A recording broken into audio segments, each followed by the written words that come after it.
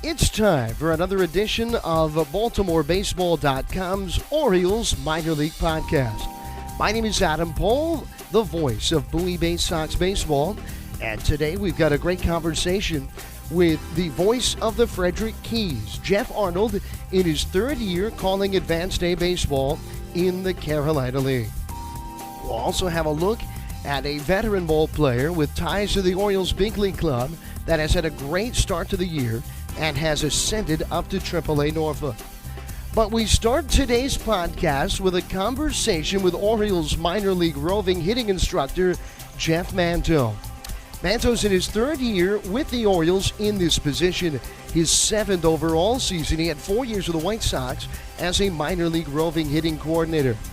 His best big league season actually came with the Orioles in 1995, and we had a great talk with Jeff about the 2013 draft class on the rise, the new stance for Orioles 2015 first-round pick DJ Stort, and some of those 2015 prospects that are still in extended spring training.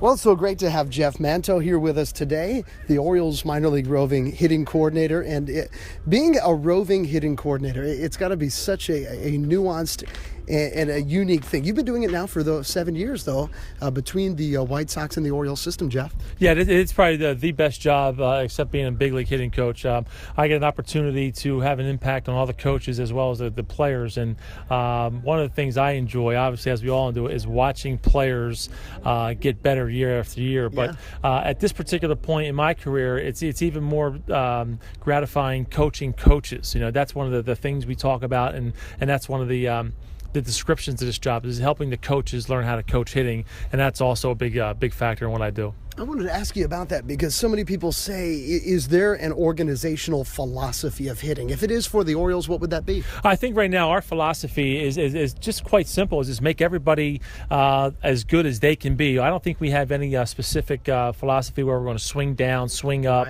rotate, hit from your backside, hit from your front side. I think we're all collectively want to get each guy in the best possible position that they can get into. One of the things we do is that we look at the body, we look at the bat speed, we look at where he may project in a lineup, and we look at all of that and put them in a drill set and hope that drill set plays out and makes them as good as they should be.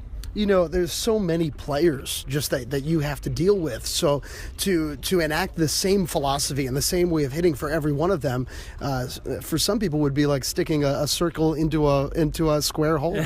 It doesn't work. It really doesn't work. I know there's been organizations in the past that have tried to do one philosophy and one way or the highway type of situation, but we don't do that here. And it's not conducive to a happy environment either.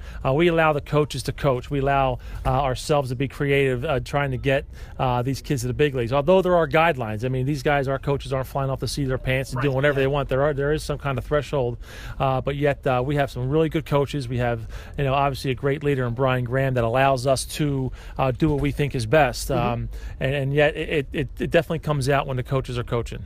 For you as an individual, how do you keep everything straight? I mean, you're working with 80, maybe 100, 120 players, and their swings and their guidelines to be able to stay up to beat and trying to help each individual progress. Well, getting back to our original statement, I go through the coaches. It's the coaches that deal with 25 guys. I deal with 9 hitting coaches, and I get their ideas. And yet there are some guys that stand out more than others, and there are guys I follow more than others. There's some guys with a little bit more urgency than others that we have to pay attention to. But yet I keep in constant contact with our coaches through email or text messaging and read their reports. So we're always talking, always communicating, which makes it easier for me to stay abreast on what's going on. Now, we're here standing in Bowie today. Bowie, of course, Double-A baseball, a high level of the minors. Do you find that you spend more time at lower levels when you're teaching more instruction, trying to grow the fundamentals of the game, or is it split pretty evenly? I think it's split pretty evenly. My concept or my ideas on coaching change quite a bit. When I'm sitting here in Bowie, we're talking more about the at-bat more than we are talking about the mechanics of the swing. Okay. We're talking about how we're going to prepare for tonight's game. In AAA, we're talking about splitting the plate, sitting on thirds at the plate, making sure we're getting ready for the back end of the bullpen. We're making sure that each guy is big league ready, like in the drop of a hat, they got to be big league ready. When I'm down in Frederick and Delmarva and the Gulf Coast and the Dominican, we're talking about mechanics all the time, and we're making sure the guys are on time, their feet are down, or the foot's down, the hands are in proper position, and it gets a little bit. You really test your patience down there as you should. That's just the obviously that's the beginning of it all. But yet the teaching changes at every level. Let's talk about some of the players that you're working with in the system. At first, some of the guys that have been up here with Bowie and Norfolk, it just seems like that first draft. Now, you came into the organization, I believe, for 2014, but the draft just prior to that was so deep and rich with guys that can really swing the bat. Chance Sisco, Mike Yastrzemski, Trey Mancini, Drew Dosh. It's an exciting 2013 group, isn't it? It really is. We've seen some great growth in these players as well. I mean, obviously, Boom Boom, we talk about Mancini all the time, and he has really jumped on board with the program and with the drill set we have put in place. And we were able to talk to him a little bit quicker and a little bit more intelligently and expedite his career, because this kid was in tune to what we were saying. Yeah. There's nothing better than being able to teach a kid who wants information, and the information we gave him was big league stuff throughout the system, and he just ran with it. Chance Sisco came in, high school kid, made adjustments as we asked him to, and he's jumped on board. And what's happening now, I think the players are starting to talk and starting to realize and are starting to trust us in what we're trying to do. None of us have an agenda throughout the system. Even when you talk to, you see BJ's in here, Crowley's in here. Nobody has an agenda except to get each kid ready for the big leagues. And I think that works well. And you talk about the Yastrzemski coming from a major college, and you talk about the Doshes comes from a great college. It makes things easier, especially when you're drafting intelligent kids that want to learn.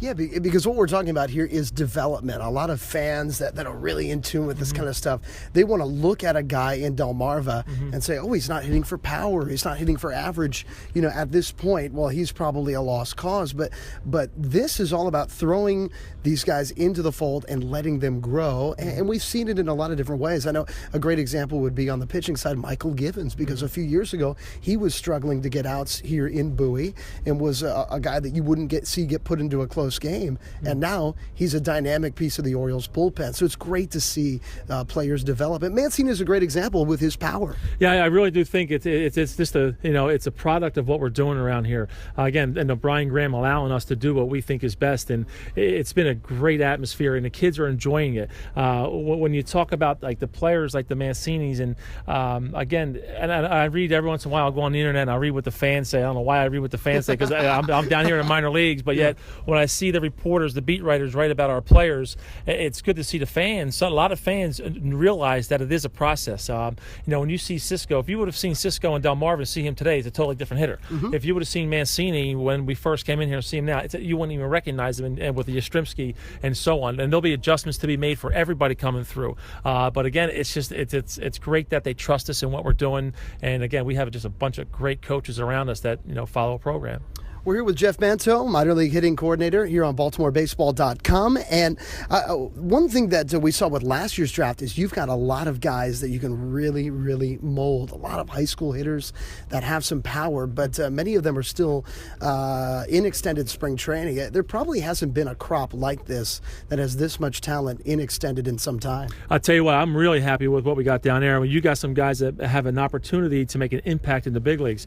When you talk about the Seamus Curran, we were just talking about Seamus, big left-handed bat. Now, although these guys are, for the fans out there, they understand the process. These guys are a few years away, but yet what we're seeing with Seamus, the big, strong kid, from the Northeast, who's going to learn how to hit, and then you got the McKenna from the Northeast who can run, he can hit, he's got the power to come. Then you got the Heinrichs and the Mountcastles and the DJ Stewarts. It's a lot of fun when you get good players. When you get baseball players, it's a lot of fun. And on top of getting baseball players, we're getting baseball players who are able to accept and are open to some adjustments. And when you have that kind of kid and that kind of player, it's a credit to the whole system. Gary's out there doing a great job, and his scouts are doing a great job, and sending them to us. And the beautiful thing about it is that they trust us. Yeah. If we have a comment, say, hey man, we might want to tweak this, and it's just really, really a good thing right now we have going on.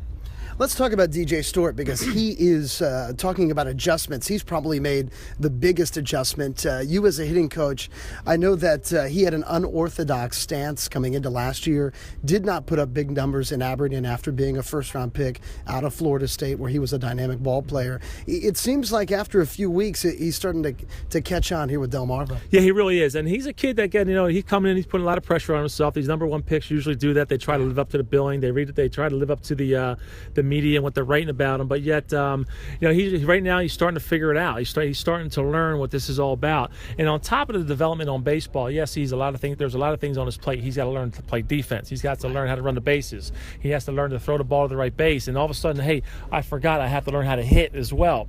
And to go through all of that, there's a lot of stuff on his plate, and he's slowly coming.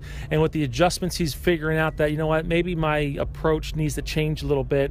And he's starting to see that and starting to grasp that, and he's making adjustments that we had hoped he would make. And again, there will be some growing pains. We anticipate that, but it's not our first time we've been doing this. We're ready for it. Matter of fact, we can't wait for it to happen so we can get it out of the way and we can move him forward. I know a lot of Orioles fans are excited about players that really have a good eye at the plate. Chance Cisco really stands out as being a ball player like that, but DJ Stewart is as well. Explain to us about his stance though, because I know he was in a pronounced crouch, and is he full standing up, straight up, or what is the look from him? Well, as we speak now, this winter he came back. He was a little taller than he was in the draft.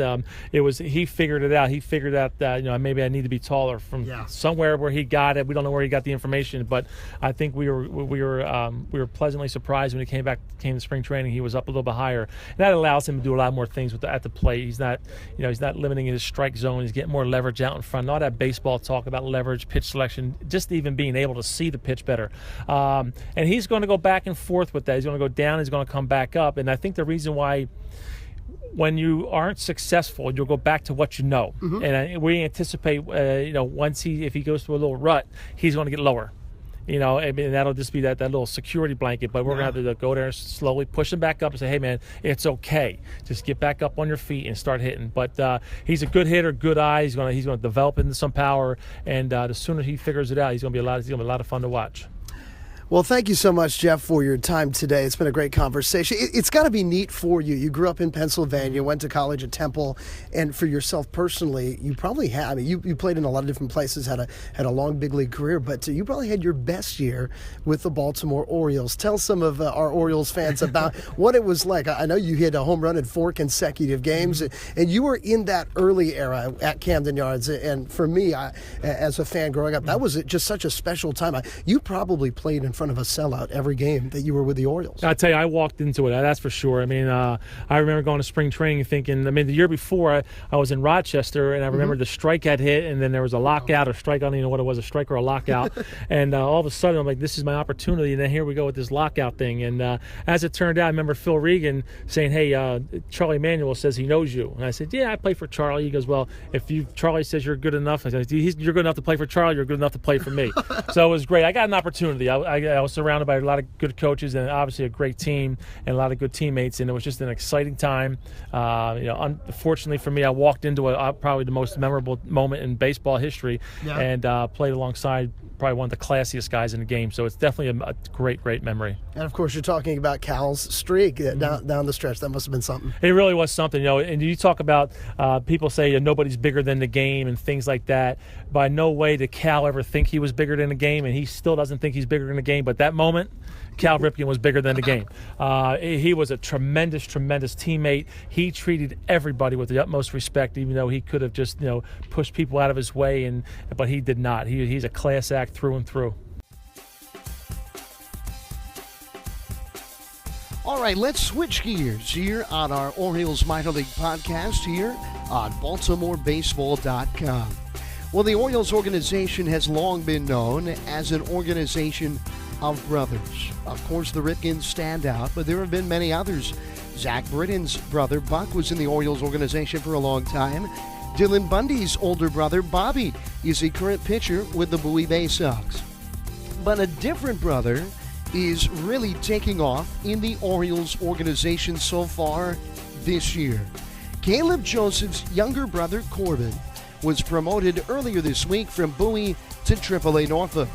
When he was called up, Joseph had an 18-game hitting streak, just 4 games shy of Lou Montanez's Bowie Bay Sox all-time record of 22 games back in 2008. Corbin was leading the Eastern League in hitting at .349. A ball player that has already played in the big leagues, Corbin had 2 games in the majors with the New York Yankees. He came to the Orioles organization last year after he was released by the Atlanta Braves out of Double-A Mississippi about midway through 2015. So the 27-year-old infielder is thriving, and he's already hit his first home run in 4 games played with the Norfolk Tides. Best of luck to Corbin Joseph, an outstanding guy and quite a ball player that is making his way up the Orioles organization, hoping to join his brother Caleb. So it's time to bring in now one of the voices of Frederick Keys baseball, Geoff Arnold. Jeff is a good friend. He's been with the Keys for 3 years, and Jeff has a great perspective on some of the ball players that are big names in Frederick. But first of all, let's see, Jeff, where can our listeners hear Keys baseball? Well, Pohl, Daddy, thanks so much for all the kind words. I really appreciate you saying that, and I really appreciated what you were able to. I was really excited when you got the chance in Bowie because it meant that I got to come to Frederick, which I've really enjoyed. If you want to listen to the broadcast, you can listen if you're local in the Frederick-Thurmont area. You can listen on 1450 AM The Source. All our broadcasts are also on frederickkeys.com. Or you can find us on the TuneIn Radio app if you have got that for your smartphone, Android, whatever tablet you've got. You can go to the TuneIn Radio app and click in WTHU, and then you'll be able to find us that way. So kind of no matter however you want to listen, if you want to do it the conventional way, or if you want to listen on your phone, we've got you covered. Let's jump into some of these Frederick Keys, because Jomar Reyes is a guy that I know our listeners want to hear about. He's such a young ball player coming up through the system. The questions of if he can stay at third base and how his bat will play. But, this is a guy that's still a teenager. Yeah, he is. He's only 19 years old. He's the youngest guy in the Carolina League. And I think Keith Bodie addressed this at our media day, and he said, it's hard to put expectations on somebody that's just 19 years old. And for Jomar, it's kind of been a mixed bag so far. His May has gotten off to a decent start. April didn't really close out the way that he wanted it to. He was having some issues with timing at the plate. He was getting his front foot down a little bit too quickly, and so when he was making contact, it really wasn't good contact. Sometimes he gets a little bit too antsy when he's up there. He tries to be a little bit, too aggressive. He doesn't let the ball travel. But when he's kind of just standing locked in, he's letting the pitch come to him, and he's able to see it well, he's put some good at-bats together. From an athletic standpoint, I think he is looked a lot better at third base athletically than I thought he was going to. I didn't see him play in Delmarva or anywhere before that, so I really didn't have very much to go on. But he's got a great frame. He certainly looks the part. We had Brian Graham, our director of player development, on when actually Kevin Gosman and Brian Mattis were here, and he said that he's a third baseman, and I think the plan is that they're going to keep him at third base until as long as they can. There's been no, I've not been told of any plans to move him anywhere. He's got a very, very strong arm from third base, but I think so far it's been mixed, which I'm not really all that surprised by, because he's seeing a level of competition that he has not seen prior. But I think for him, from an offensive standpoint, the biggest thing he just needs to work on is being a little bit more relaxed, not being so antsy at the plate, and kind of just letting the game come to him. Earlier in this podcast, we've talked a lot about the 2013 draft and then some of the new faces in the organization in the 2015 draft. But from 2014, Jay Gonzalez is an outfielder. He's a speed guy, top of the order hitter. There's quite a few of these guys that are interesting to follow in the Orioles organization, and it seems like Gonzalez is putting together a good year after he struggled in his first trip to Frederick late last season. Yeah, you know what? Jay's got off to a really good start. The biggest thing that sticks out about him is his improved base stealing ability this year. I mean, last year he was really successful, led all Orioles minor leaguers in stolen bases. But this year he's taken it to a new level. He went his first 14 steals without being caught. Well, he's got 17 right now, so he's tied for second in the Carolina League. He's got some really good jumps. He's picked good spots in which to run. While the at-bats that he's put together has been a lot better. I mean, I think last year there were times where, he'd fall behind and then he'd chase a breaking ball. But this year, he's done a lot better to be aggressive, getting on the fastball. That's something that he's talked about doing a lot better. He's got a good opposite field approach. From an outfield perspective, he moves really well in the outfield. He can play left. He can play center field. And maybe even though he's not somebody that you're going to see in a lot of these, publications, for what they're worth. I mean, Baseball America, whatever it is. I mean, it's I kind of look at those with a grain of salt because sometimes they're on point and sometimes they're not. But I think Jay definitely has the opportunity to make a difference. He's gotten off to a great start. He's done a great job out of the leadoff spot, and overall has gotten off to an impressive start. But when he gets on the bases, he's somebody that can make a difference and he can make the pitcher think about him a little bit, and that's. There's not a, I don't think there's some guys in the league that can do that. Yohan Moncada is certainly one of those, but Jay, I think, is one of those folks as well that, when he gets aboard, he's got a chance to steal a bag and make a difference. I want to hear your thoughts about Tanner Scott because I know he has not performed at a high level so far as the numbers are considered. He's walked a lot of guys here so far this season. But, Jeff, he throws 100 miles an hour. I mean, that is – I've been in the Orioles system a long time. We have not seen guys throwing 100 miles an hour. Oh, yeah. He can throw 101 sometimes, too. He's got great fastball velocity, and it's not a matter of stuff with Tanner.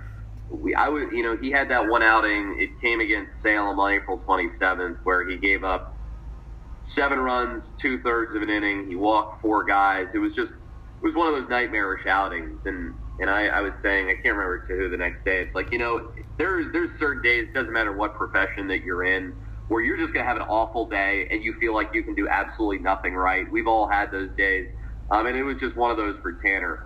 What happens, I think, sometimes is, what was happening, it really hasn't shown up the last 2 times that he's pitched, was he was just putting too much pressure on himself.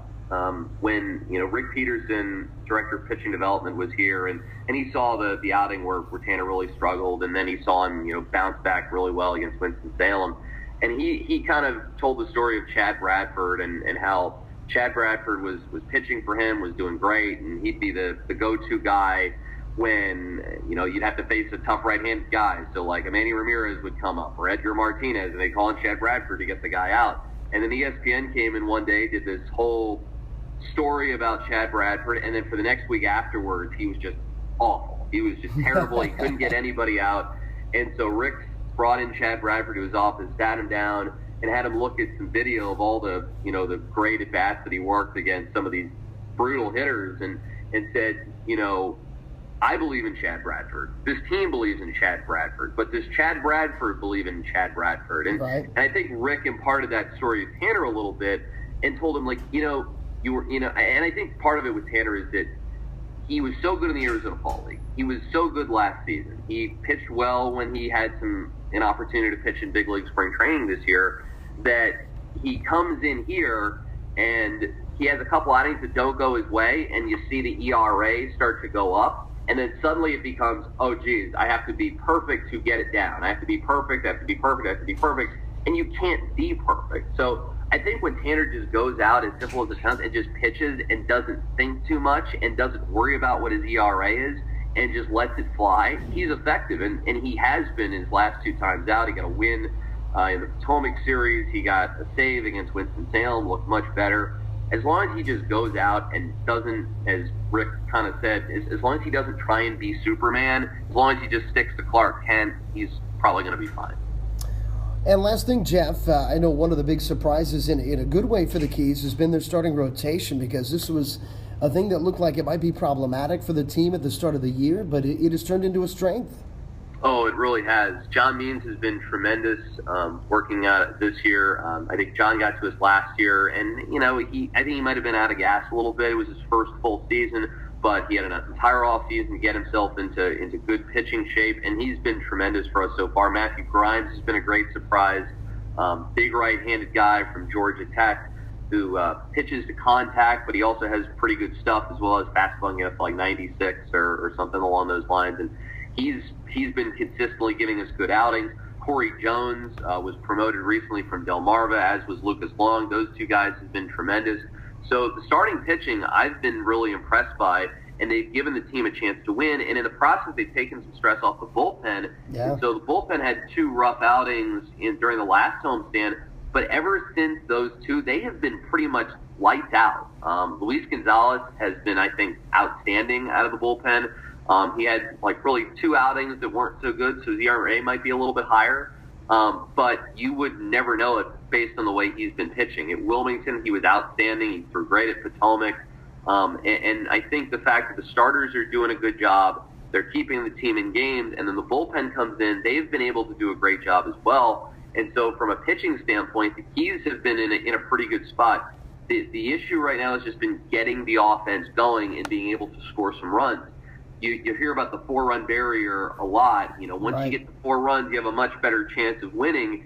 And if you look at the Keys, or we're talking right now, and it's on Tuesday, the Keys this year, when they score fewer than 4 runs in a game, they're 0-9.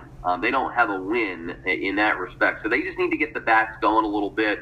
Hopefully, as some of these guys get a little bit more experience at this level, and as we get a little deeper into the season, that will change. We'll get some runs. It's not to say that the offense has been all bad. Aderlin Rodriguez just wrapped up a 10-game hitting streak. Right. He has been swinging the bat extremely well. Jonah Heim, even though maybe the numbers don't necessarily indicate it, he's put a lot of really good at-bats together. You have Jay Gonzalez, who we talked about already. But it will be, I think, getting the offense going to provide some support to the pitching staff to get some wins. And that's really just been the name of the game. Can you get the bats going right now? Jeff, you guys, I know it's going to be a fun weekend this weekend at Nimio Field. You guys have some great promotions. Tell us about that as well. Oh, yeah, we have Chris Cooley coming out. I know you wish you could be out there for that one, being a big Redskins fan and all. Chris Cooley's going to be out here on Saturday night. He'll do autographs from 5 to 7. It's halfway to kickoff night. So if you want to wear whatever your favorite NFL jersey is or whatever, that will be great. Friday night is going to be girls' night out. It's a bridal-themed deal. There's going to be a diamond dig. There's I know a lot of hype surrounding that. And then on Sunday we have one of my personal favorites.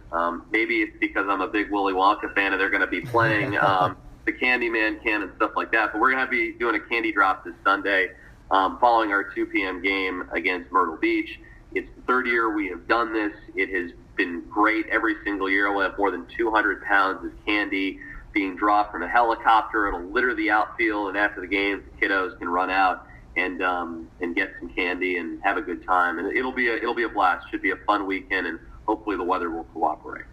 Well, thank you, Jeff. Tell everybody there hello for me, and we can't wait to have Doug on later this season as well to talk some more Keys baseball. Oh, it's going to be – I really appreciate it, my man.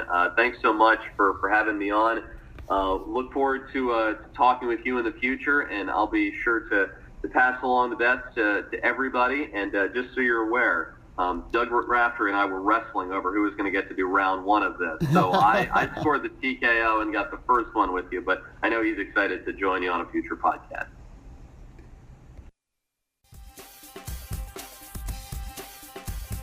So that's going to do it for us here this week on the Orioles Minor League Podcast on BaltimoreBaseball.com. Big thanks to Orioles Minor League Hitting Coordinator Jeff Manto, and also voice of Frederick Keys Baseball, Geoff Arnold. We'll be back next Wednesday with another edition of this Orioles Minor League Podcast. My name is Adam Pohl. Have a great week, and we'll see you next week here on BaltimoreBaseball.com.